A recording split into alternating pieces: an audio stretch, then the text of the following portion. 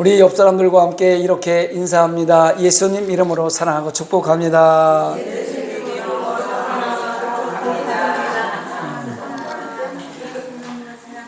저도 여전히 여러분들을 예수님 이름으로 사랑하고 축복합니다. 오늘도 동영상으로 예배드리는 성산가족 여러분, 여러분들을 예수님 이름으로 사랑하고 축복합니다. 한번 따라합니다. 우리가 알거니와 하나님을 사랑하는 자, 곧 그의 뜻대로 부르심을 입은 자들에게는 모든 것이 합력하여 선을 이루느니라. 할렐루야. 벌써 이 말씀을 우리가 44주째 지금 외우고 있는 거야. 올 첫 주부터 시작하고 지금까지 매주마다 이 말씀을 외우고 있는데 아마 머릿속에 지금 다 각인이 돼 있을 거예요. 마음속에 다 깊이 박혀 있을 줄 믿습니다. 그러면 우리는 합력해 선을 이루는 사람이 되면 되는 거예요. 우리가 하나님의 백성들이 어느 곳에 가든지 그곳에서 합력하여 선을 이루면요, 그것이 행복의 자리인 줄 믿습니다. 우리가 작은 것부터 실천에 옮기면 돼요. 큰 거 하려고 하지 마시고요, 내가 할 수 있는 것 작은 것부터 하면 그 자리가 합력해서 선을 이루는 자리가 될 줄 믿습니다. 주인공 되시기 바랍니다. 조연보단 주연이 돼야 돼요. 그래서 이끌어가야죠. 하나님의 나라를 이끌어가는 주연이 돼야 됩니다. 오늘 누가복음 15장 11절로 32절을 본문으로 해서 아버지의 마음으로 라는 제목으로 은혜의 말씀을 나누려고 합니다. 한번 따라합니다. 아버지의 마음으로. 오늘 성경을 딱 시작하면서 둘째 아들 이야기가 나옵니다. 둘째 아들, 어떤 사람에게 아들이 있는데 그 둘째가 이렇게 하면서 둘째 아들이 자기 아버지에게 자기에게 돌아올 유산을 미리 좀 달라고 지금 시작하면서 오늘 이 본문이 시작되는 거예요. 여러분, 유산이라는 단어를 제가 국어사전을 찾아봤어요. 그러니까 국어사전적 의미는 선조가 남긴 가치 있는 물질적, 정신적 전통 이렇게 써 있고요. 기본 의미로는 죽은 사람이 남기고 간 재물 이런 뜻입니다. 유산이 그런 뜻이에요. 그러면 유산을 언제쯤 나눠주냐면, 언제쯤 유산이 분배가 되냐면 아버지의 임종이 가까이 왔을 때 나누어 주거나, 또는 임종이 가까웠는데 유산을 나누어 주지 못하고 그냥 돌아가시면 돌아가신 후에, 죽은 후에 상속하는 것이 원칙입니다. 그런데 작은 아들은요, 지금 막는 바가 아니라 지금 달라고 때려 쓰는 거예요. 자기 걸 달래는 거예요. 엄밀히 따지면은요, 오늘 이 당시로서의 작은 아들의 재산은 없는 거죠. 왜냐하면 현재 재산의 주인은 아버지가 살아있으니까 아버지 거예요. 아버지가 살아있는 동안에 모든 재산은 아버지 겁니다. 아들 것은 아직 없어요. 아버지가 유산을 물려주는 그 임종식이나 아니면 돌아가신 후에 그때 자녀들이 나누어 갖는 거란 말입니다.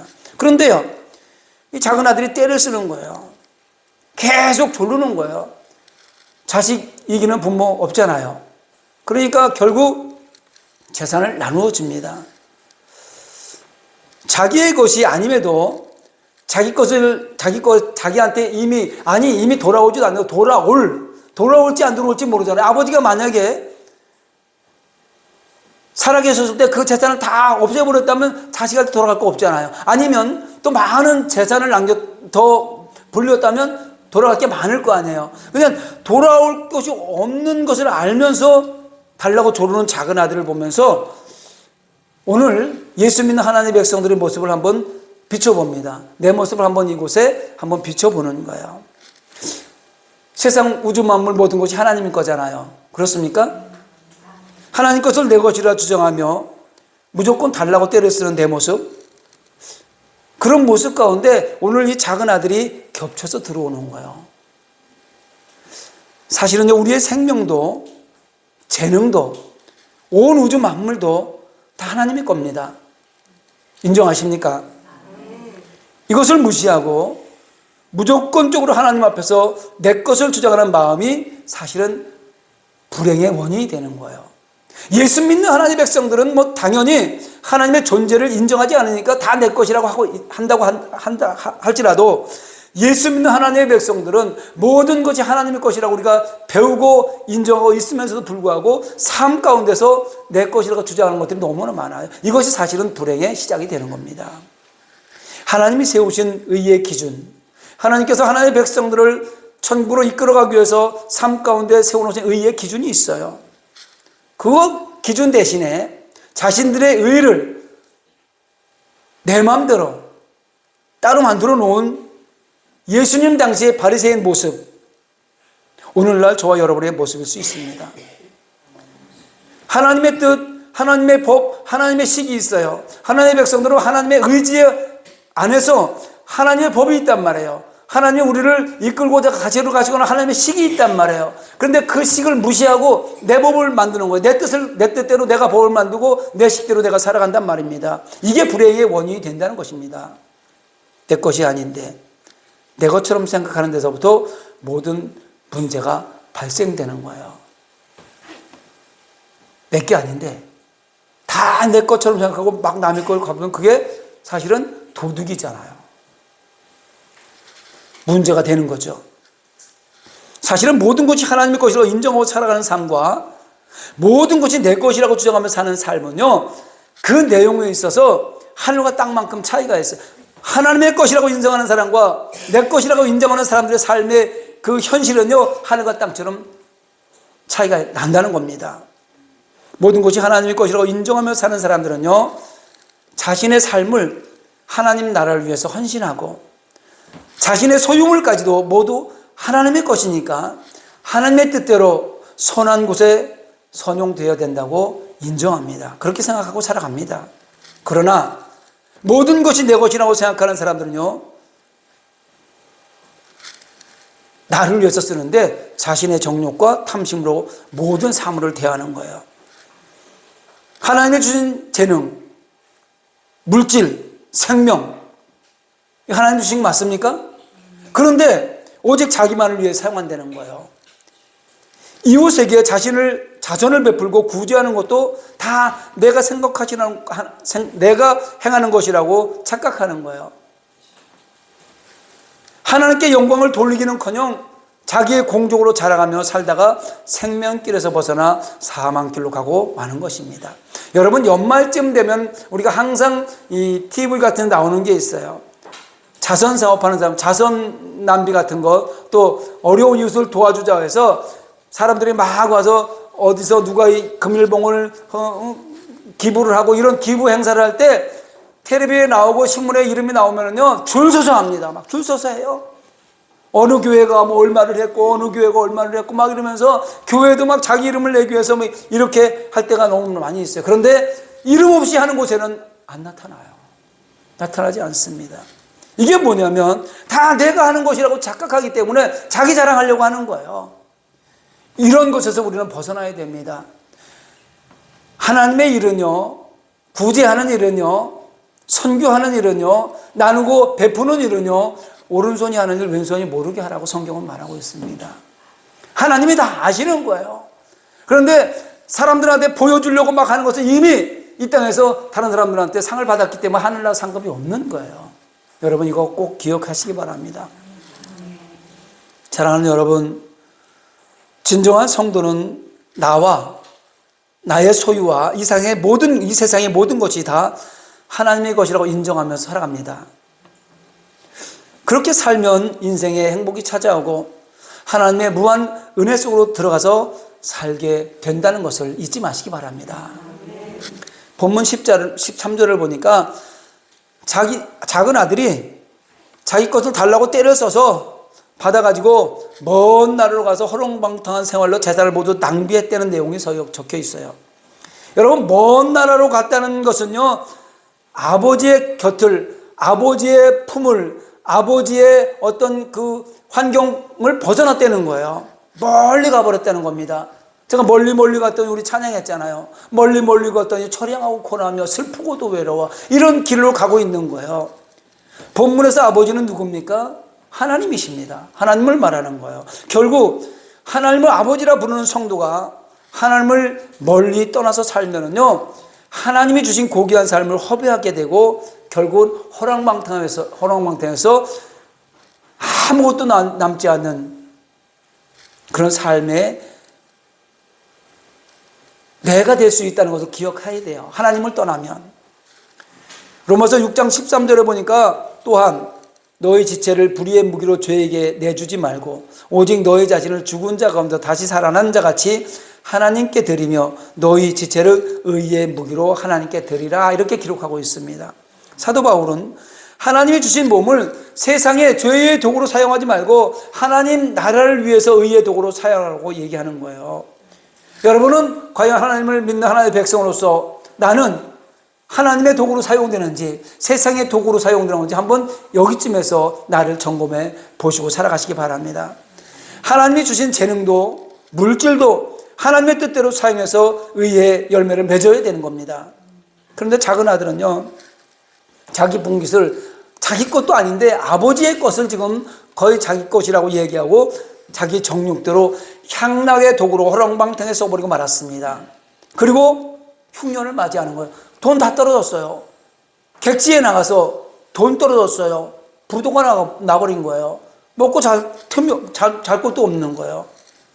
여러분, 이 말씀을 보면서 우리가 하나님을 떠나면 영적인 흉년을 맞는다는 걸 기억해야 되는 거예요. 육신적으로는 살아갈지 모르지만 영적으로 흉년을 맞이하고요, 허랑방태에서 아무것도 없는 그런 상황이 되어버린다는 것입니다. 하나님이 없는 불신 세계는요, 흉년이든 나라예요.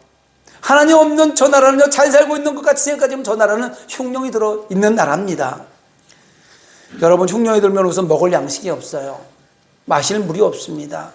사람들은 굶주려 죽게 됩니다. 아니, 세상 사람들 더 잘 먹고 잘 사는데요, 영적으로 지금 바라봅시다. 영적으로, 저 사람들은 영적인 세상을 모르기 때문에 저 사람들은 이미 영적으로 흉년이 들었어요. 먹을 양식이 없어요. 하나님 말씀을 못 먹는단 말이에요. 맨날 목말라요. 마실 물이 없어서. 먹어도 배가 고프고 마셔도 목이 말라요. 왜? 하나님 말씀 생명수를 먹을 수 없기 때문에.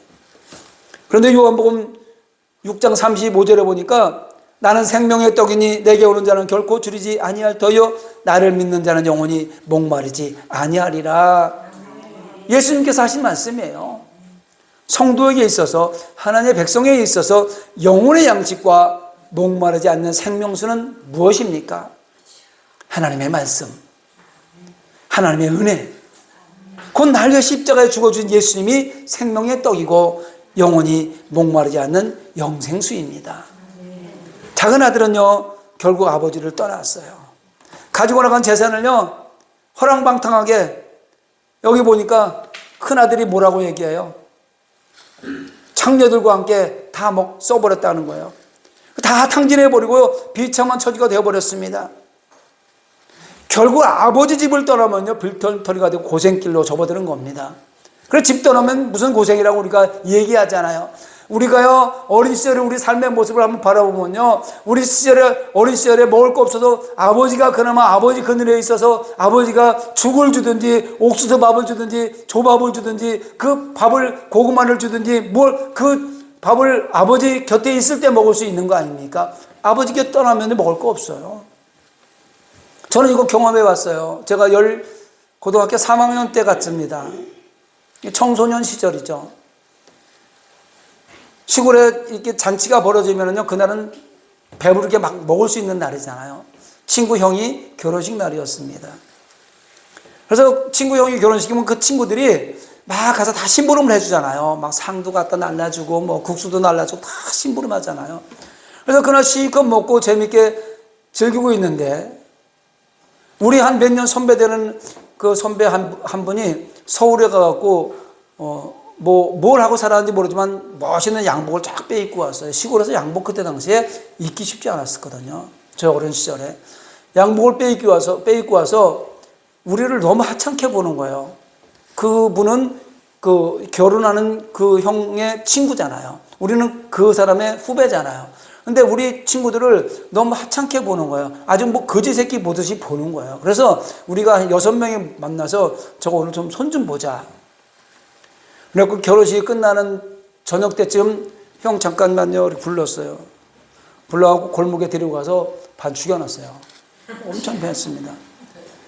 그리고 거기서 이제 강을 건너가면 파출소가 있어요. 근데 파출소에 신고가 된 거예요. 그럼 어떻게 했을까요? 우리 6명이 도망가야 된다. 튀자. 그리고 입고 있는 거 돈 조금씩 가지고 나와라. 그래서 있는 거 가지고 도망갔어요. 차가 다 떨어졌잖아요. 걸어서. 그 포천 땅에서요, 도봉산 입구까지 오려면 밤새 걸어야 돼요. 밤새도록 걸어가지고, 왜 거기까지 걸어왔냐면, 그 이제 친구, 그 형이 결혼식 한 그 친구, 그러니까 자기 형이 결혼식 하는 그 친구 애가 도봉산 19번 종점 아진교통에서 정비 일을 배우고 있었어요. 그래서 거기 가면 잘 수가 있으니까 거기까지 가자고 그래서 그곳에 가서 이제 새벽에 도착해갖고 하루를 잤는데, 가지고 나온 게 있으니까 처음에 조금씩 먹을 게 있잖아요. 뭐 우동도 사 먹고 뭐 이렇게 국수도 사 먹고 이랬는데, 한 이틀 지나니까 돈이 떨어진 거예요. 6명이 갈 데가 없는 거예요. 그럼 어떡하냐? 그러면 이 친구 애가 거기서 아진교통 19번 종점이 거기 있으니까 거기서 그 차를 밤새 뒤집으면 10원짜리가 그때 당시에 몇백 원 나왔어요. 그래서 후레쉬를 가지고 밤에 다 차가 서 있는 새벽에 차를 다 뒤지는 거예요. 그래서 거기서 10원짜리를 몇 개 이렇게 주셔서 그 다음날을 살고 하다 거기 한 일주일 정도 갔습니다.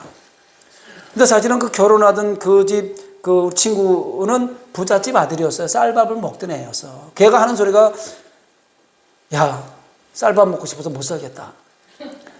그러면서 옷도 우리가 일주일 됐으니까 갈아입어야 되잖아요. 어떻게 됐는지 고향 생활 지금 모르잖아요. 그때 전화가 있습니까? 무엇이 아무것도 모르는 거예요. 그러면 오늘 밤에 우리가 고향으로 가자. 버스를 타고, 잔돈을 주신 거 가지고 버스를 타고 고향 가까이 가서 이제 밤에 살짝 걸어갔어요. 그래서 약속하기를 1시간 안에 우리가 옷을 갈아입고 1시간 안에 다시 여기서 만나자. 돈을 조금씩 챙겨가지고 이 상황이 종료될 때까지 우리는 숨어 다녀야 되니까. 그리고 이제 각자 6명 각자 집으로 들어갔잖아요. 약속 시간에 나왔을까요? 안 나왔을까요? 아무도 안 나왔어요. 왜 그러냐면 이미 합의를 본 거예요. 그때 당시에 돈을 90만 원인가 80만 원 주고 합의를 본 거예요. 엄청 큰 돈이에요. 한 집당 6명이니까 그냥 12만 원, 15만 원 정도 이렇게 돈을 주고 합의를 이미 봐놓은 거예요. 저는 그때 당시에 거기에 우리 형네, 어머니하고 형이 있었으니까 형이 합의를 봤는데 돈 12만 원이 엄청 큰 돈이었어요. 그 형이 그해 당시에 겨우내 나무를 해가지고 돈을 빌렸으니까 그 나무가 한 낚가를 해주니까 그게 12만 원이었어요. 나무 해가지고 그 집 그거 갚아주느라고. 집에 몰래 들어갔어요. 저도요. 옷 갈아입고 어떻게 돈도 없지만 어떻게 또 챙겨갖고 오려고. 갔더니 우리 어머님이 막 욕을 하시면서 뭐 러시아어를 막 하시면서 옛날에 우리 어머니들 욕하잖아요. 막 욕하면서 사고 쳤다고. 형이 다 해결했다는 거예요. 그걸 나갈 필요 없잖아요. 그냥. 그 다음날 보니까 그 양복을 사실은 우리가 다 찢어놨을 거 아니야. 막 다 찢어놓고 막. 그 형이 그 상고리에 나와 있는 거야. 그래서 돈 받았으니까 좋냐고 그러면 또 시비를 걸었죠. 그 생각이 이 말씀을 준비하면 생각나는 거예요. 집 나가서 일주일 동안 얼마나 고생했는지 몰라요. 거기서 거기 포천 땅에서요. 이 도봉산역까지 걸어오는 시간도 엄청 걸리고 힘들고요. 거기서 하루하루 먹는 것이 얼마나, 그때 당시에 얼마나 많이 먹었겠어요. 그 나이에. 많이 먹는 나이잖아요. 그래서 그때 당시에 이 말씀을 주면서 야, 집 떠나니까 고생이구나. 아버지 집을 떠나면, 형제의 집을 떠나면 고생이구나. 이런 거를 깨달았어요. 오늘 본문의 작은 아들도요. 지금 밖에 나가서 다 없어지고 나서 배가 고파 죽겠다는 거예요. 돼지 먹이로 주는 지엽 열매. 이게 일종의 콩나무 열매거든요. 돼지도 뭐 먹는 그런 잘 안 먹는 그런 열매인데 이것까지 먹으려고 했는데 그것마저도 주는 사람이 없어요. 배고파 죽겠는 거죠. 작은 아들은 지금의 신세가 이방 나라에 돼지만도 못한 거예요. 돼지가 먹을 것도 모두 다 먹는 거예요. 왜 이렇게 비참한 처지가 되었을까? 물론 아버지의 집을 떠나서 분깃을 미리 받아서 아버지의 집을 떠나서 허랑방탕한 생활을 한 결과예요. 하지만 또 다른 이유는요. 그가 이런 생활이 딱 생겼을 때 아버지께로 돌아가지 않고 흉년이 든 나라에 그냥 머물고 있기 때문에 그래요. 여기서 우리는 세상으로 돌아간 성도를 한번 생각해 봅니다.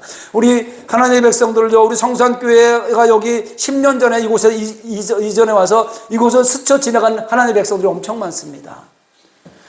그 사람들이 다른 교회를 섬기고 있는 사람도 있는가 하면 이 세상 가운데 나와서 교회를 섬기지 않고 있는 사람도 있어요. 그런 사람들 한번 생각해 보는 시간입니다.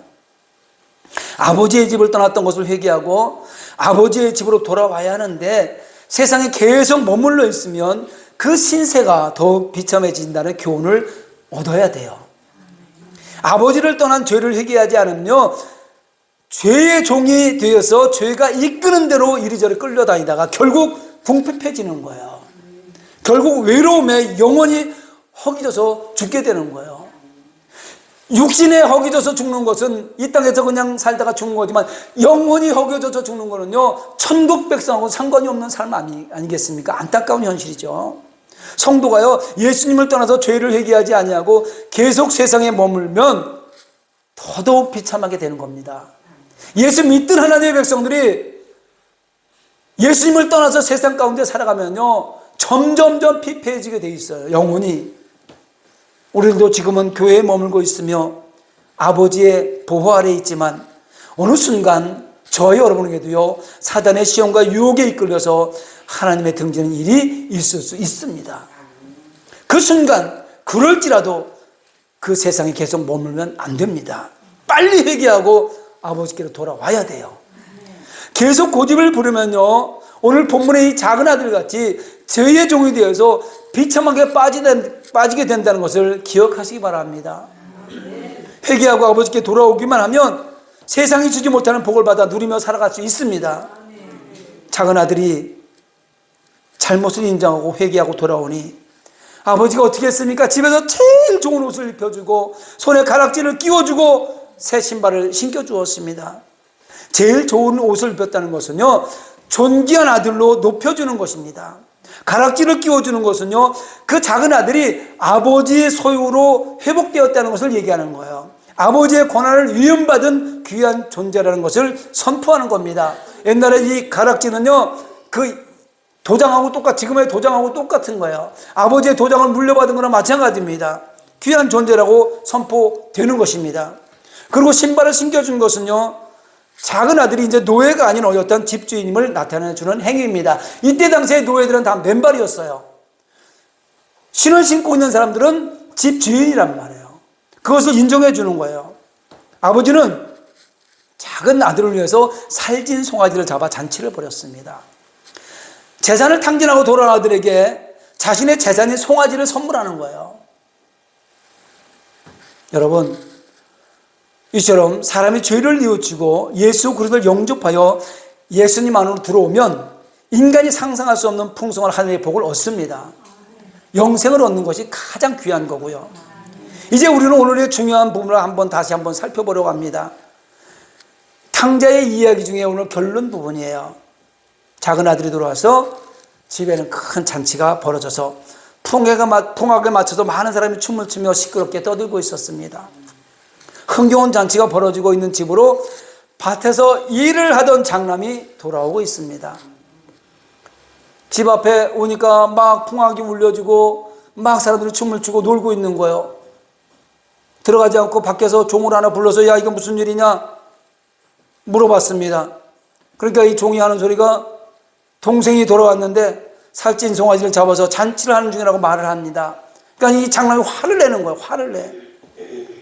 장남은 작은 아들이 아버지께 용서받는 것을 불쾌하게 여겼습니다. 재산을 가지고 나서 다 창진해고 온 저 아들을 뭘 용서하고 살찐 송아지까지 잡아가지고 아버지가 내가 지금 살아있는 동안에 나한테 한번 염소 새끼 한 마리 잡아준 적 있냐면서 안 들어가겠다는 거예요. 아버지가 나와서 들어가자고 얘기하는데도 안 들어가겠다는 거예요. 고집 부리는 겁니다. 그러면서 자기가 최선을 다해서 아버지를 섬겼느라고 자부하고 있는 거예요. 그는 아버지가 애타게 기다리는 작은 아들. 아버지는요, 그 아들을 애타게 기다리고 있지 않았습니까? 그리고 본인에겐 동생이란 말이에요. 그 동생이 재산을 갖고 나갔지만 그 동생이 어디서 무엇을 하고 있는지 그 동생을 되찾는 일에는 관심이 없었던 겁니다. 땀 흘려 일해서 재산을 증식하는 데 열심을 내고 있었습니다. 재산을 가지고 나간 동생을 원망하면서 그 동생이 어디서 무엇을 하든지 관심도 없어요. 그러나 아버지는 작은 아들의 보채매, 자기 분깃을 달라고 하도 보채니까 할 수 없이 재산을 나눠줬지만 집을 떠나 먼 나라로 갔던 그 순간부터 해가 지는 저녁이면 높은 곳에 올라가서 캄캄해지는 시간까지 아들을 기다리고 또 기다렸습니다. 여러분, 여기서 한번 생각나는 게 있어요. 우리 식구들 많이 살았잖아요, 어렸을 때요. 그럴 때 내 동생이 아버지한테 혼나서 쫓겨나간 적이 있잖아요. 그러면 껌껌해진 저녁 때쯤 되면은요, 우리는 밥을 먹고 있는데 동생은 못 들어오고 어디가 있는지 몰라. 저 쫓겨나가요. 집을 바라보고 있겠죠. 그런데 그 아버지는요, 그 형제 중에 누군가가 나가서 그 집 나간 쫓겨난 자녀를 데려오기를 원해요. 그거를 알고 나가서 데리고 오면요, 그 아버지가 말은 안 하지만 마음으로 흐뭇하게 생각하는 거예요. 응? 아버지는요, 그 집 나가는 자기 재산을 자기 것이 아니지만 아버지 거 가지고 나갔지만 집 나간 그 순간부터 저녁 때만 되면요, 높은 데 올라가서 쳐다보는 거예요. 아들이 언제 돌아오나 하고. 오늘 본문 20절에 나오잖아요. 아직도 거리가 먼데 아버지가 그를 보고 측은히 여기에 달려가 목을 안고 입을 맞추니, 이렇게 기록하고 있습니다. 이 말씀을 보며 추측해 보건대 아버지는 여전히 오늘도 높은 언덕에서 해가 지는 저녁에 오늘은 돌아오려나 하고 목을 길게 빼고 기다리고 있는데 노숙자꼴로 돌아오고 있는 그 아들을 발견하고 하는 행동이에요. 멀리 보고 있는데 어둑어둑해지는데 누군가 오는데 남루한 옷을 입고 노숙자같이 오는 거예요. 근데 자기 아들 금방 알아보잖아요. 그래서 뛰어가서 달려가서 목을 안고 입을 맞췄다고 성경이 말하고 있는 거예요. 금방 알아보죠, 자기의 자식은요. 하나님은요, 집던 하나님의 백성들 금방 알아봐요. 지금 고생하고 있는 거 다 알아봐요. 돌아오려고 마음만 먹으면 그 하나님은요, 뛰어가서 안아주고 예배의 자리에 앉혀주신단 말입니다. 사랑하는 성산교회 성도 여러분, 이 모습이 아버지의 모습입니다. 이 마음이 아버지의 마음입니다. 이 사랑이 아버지의 사랑입니다. 우리 모두 집을 나갔던 작은 아들과 같은 존재들입니다. 세상에서 방황하다가 허랑방탕하다가 쓰러지고 넘어져서 세상 살아서 조롱을 받으며 살던 그런 사람들이었습니다. 그런데 어느 날 나루의 십자가 지신 예수님의 부르심에 반응하고 회개하고 돌아오니 이처럼 예배의 자리에서 천국잔치에 참여하여 자녀의 권세를 회복한 것 아니겠습니까? 저와 여러분들은 지금 하나님 나라 천국잔치에 참여해서 하나님의 자녀의 권세를 취득하고 예배를 드리고 있는 거란 말입니다. 그런데 여전히 우리 주위에는요, 이런 저런 문제로 상처를 받고 교회를 떠나서 세상 가운데 죽어가는 영혼이 너무나 많이 있습니다. 여기만 스쳐가고 있는 사람들만 얼마나 많은지 몰라요. 교회 한번 왔다가 이런저런 상처받고 교회를 안 다니는 사람이 얼마나 많은지 몰라요. 코로나 이후로요, 코로나 핑계로 세상으로 떠나간 사람들이 얼마나 많은지 모릅니다. 돌아오지 못하고 영영 죽어가는 저 영혼들이 너무나 많이 있습니다. 그들도 사실은 하나님의 구원의 의지 안에 있는 영혼들입니다. 하나님 저들도 구원하시고자 지금도 애쓰시고 계시단 말입니다. 그들도 천하보다 귀한 영혼들입니다. 그들을 위해서도 예수님께서 십자가를 지셨습니다. 그렇다면 지금 저와 여러분은 아버지의 마음으로 집 나간 동생을 기다리고 있습니까? 집 나간 아들을 기다리고 있습니까? 아니면 장남의 마음으로 저 집 떠난 저 영혼들 안중에도 없는 건 아닙니까? 부탁합니다. 아버지의 마음으로 그들을 향해 기도하며 나아갑시다. 한 번쯤 우리 교회에 왔던 사람이라면 모두 다시 돌아와서 함께 예배자의 삶을 살아갈 수 있도록 기도합시다. 바라기는 이번 11월 셋째 주 11월 17일 날이 추수감사주일입니다. 세상 사람들은 많은 추수를 해서 그거 거둬들이고 기쁘다고 잔치하고 먹고 마시며 놀고 있습니다. 우리 영혼의 추수, 집 나가는 우리 하나님의 백성들, 그때까지 모두 돌아와서 예배의 자리에서 자녀의 권세를 회복하게 되기를 소망합니다. 처음 사랑을 상실하고 세상의 종이 되어서 영육간에 굶주려 죽어가는 영혼들이 돌아와서 함께 추수감사주일이라는 천국잔치에 참여하는 그날까지 우리 함께 기도하면서 승리하시기를 예수님의 이름으로 축원합니다. 말씀을 생각하면서 우리 찬양하고 기도하기를 원합니다.